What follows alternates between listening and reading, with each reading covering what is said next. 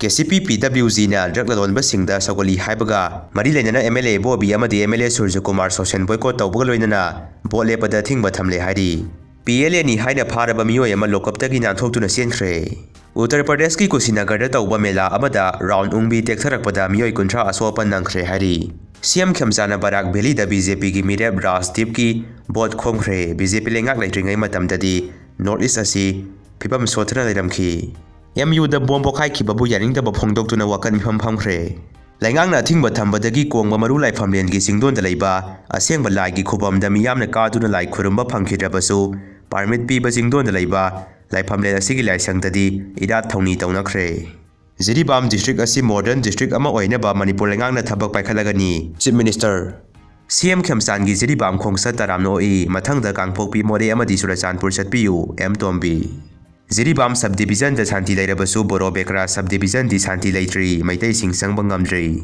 Assam da Manipur candidate ki mayokta CM Khamsan amasung MLA singna campaign chathai haiduna DMCC na maran sirakli Miyam gi mihut khanba matamda sel lautana lairik laisu haiba tunggi miteng ubangamba phaba mihut khalasi bimol